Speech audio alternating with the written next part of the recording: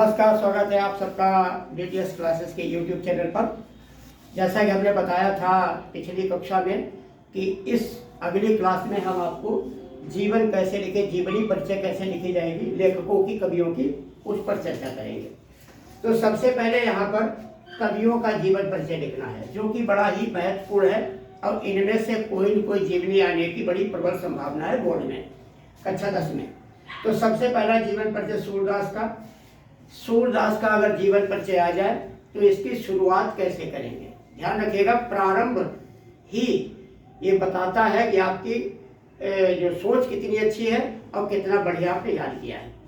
तो सूरदास भक्तिकालीन सगुण काव्यधारा की कृष्ण भक्त शाखा के प्रतिनिधि कवि एवं वात्सल्य रस सम्राट कवि हैं।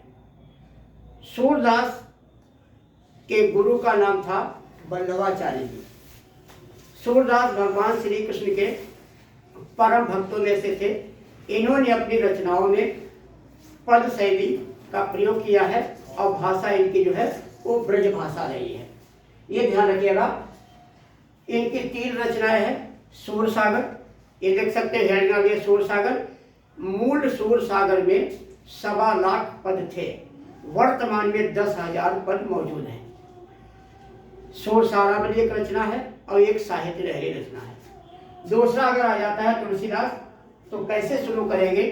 गोस्वामी तुलसीदास भक्तिकालीन सगुण काव्यधारा की राम भक्त शाखा के प्रतिनिधि कवि और भगवान श्री राम के अनन्य उपासक रहे हैं।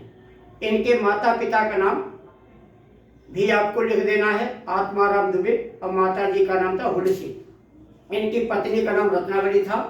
और तुलसी जी के गुरु जो रहे हैं बाबा नरहर दास यानी नरहर दयानंद। इन्होंने उच्च शिक्षा जो प्राप्त की है, जो वेद वेदांगों का अध्ययन किया है, वो काशी के संत शेष सनातन से प्राप्त किया है। तुलसी पूरे भक्ति काल में पहले ऐसे कवि रहे हैं जिन्होंने 2 भाषाओं का प्रयोग किया है, अवधी और ब्रज। ध्यान रखिएगा, इन्होंने अवधी भाषा में जो रचनाएं रची हैं वो 5 हैं। किस भाषा में है? अवधी में।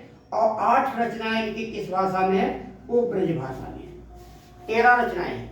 लेकिन आचार्य रामचंद्र शुक्ल ने इनकी 12 रचनाओं को प्रामाणिक माना है। आपको जब इनकी रचनाएं लिखनी है तो कम से कम 5-6 रचनाओं का उल्लेख करोगे। श्री रामचंद्र मानस, विनय पत्रिका, रामलला नैछू, दोहावली, कवितावली, श्री कृष्ण गीतावली, कम से कम इनका उल्लेख अवश्य करेंगे। और ध्यान रखिएगा, इनकी भाषा ब्रज है और इनकी भाषा ब्रज और अवधि दोनों है। इसके बाद आ जाते हैं मैथिली शरण गुप्त पर। शुरुआत कैसे करोगे? द्विवेदी युग के महत्वपूर्ण कवि यानी राष्ट्र कवि मैथिली शरण गुप्त, ये बहुत ही महान विद्वानों में से थे और इन्होंने अपनी रचनाओं में किसका प्रयोग किया है? खड़ी बोली का। अभी तक आपने अवधि ब्रज देखा, अब इन्होंने प्रयोग किया खड़ी बोली का। इनकी बहुत सी रचनाएं हैं। यहाँ पर जो ध्यान रखिएगा, जैसे एक है साकेत और एक है यशोधरा। साकेत और यशोधरा इनके नारी प्रधान महाकाव्य रहे हैं। इन्होंने अपनी भाषाओं में खड़ी बोली का प्रयोग किया है। अन्य रचनाओं के साथ इन 2 रचनाओं का उल्लेख करना अनिवार्य होगा।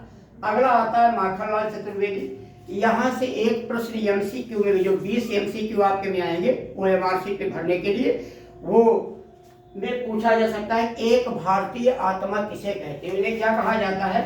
इनको कहा जाता है एक भारतीय आत्मा। एक भारतीय आत्मा। एक इनकी रचना आई थी पुष्प की अभिलाषा। पुष्प की अभिलाषा के माध्यम से इन्होंने कहा कि फूल क्या चाहता है?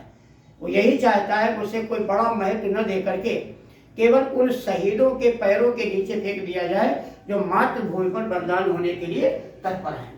अब आते हैं गद्यखंड में डॉक्टर राजेंद्र प्रसाद, क्योंकि ये बिहार के रहने वाले थे और भारत के पहले राष्ट्रपति भी रहे हैं। इनके बारे में आपको लिखना है। आचार्य रामचंद्र शुक्ल एक युग प्रवर्तक साहित्यकार रहे हैं, इन्हीं के नाम से शुक्ल युग चलता है। जयशंकर प्रसाद जो है छायावाद के कवि भी हैं और ये लेखक भी हैं। और क्या ध्यान रखिएगा, इन सब ने जो प्रयोग किया है अपनी रचनाओं में, वो खड़ी बोली का प्रयोग किया है। साहित्य में स्थान इनके लिए आप लिखिएगा, इनका साहित्य में सर्वोच्च स्थान है और हिंदी भाषा के विकास के लिए इन्होंने अद्वितीय योगदान दिया है। यहाँ थोड़ा हिस्सा हमने संस्कृत का भी लिख रखा है। संस्कृत में एक पाठ है भारतीय संस्कृति, वाराणसी और प्रबुद्धो ग्रामीणा।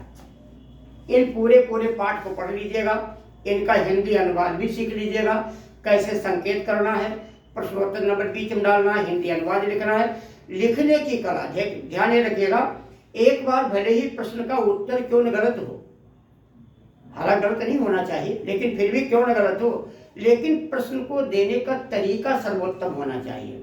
जो विद्यार्थी परीक्षा में प्रश्न के उत्तर देने का ढंग जानते हैं, उन्होंने अगर थोड़ी सी गलती भी कर रखी है, हालांकि गलती नहीं करनी चाहिए, तो भी उन्हें अच्छे नंबर मिल जाते हैं, क्योंकि प्रस्तुतिकरण उनका बहुत अच्छा है। तो ये ध्यान रखिएगा कि लिखने में, लिखने के तरीके में, आपके लिखने की शैली में बहुत ही स्वच्छता होनी चाहिए, स्पष्टता होनी चाहिए, ताकि आपकी कापियाँ जो चेक की जाएं उससे पता चल जाए कि आप अच्छे विद्यार्थी हैं और बढ़िया जगह आपने पढ़ा है।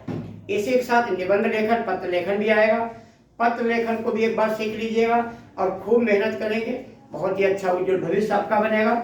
इसी के साथ हम आज की इस क्लास को संपन्न कर रहे हैं और आपके उज्जवल भविष्य की बहुत सी कामनाएं कर रहे हैं। और फिर वही बात मैं आपसे कहता हूँ, इस चैनल को सब्सक्राइब करें, लाइक करें और अपने परिचित मित्रों को अवश्य भेजें। नमस्कार, जय हिंद।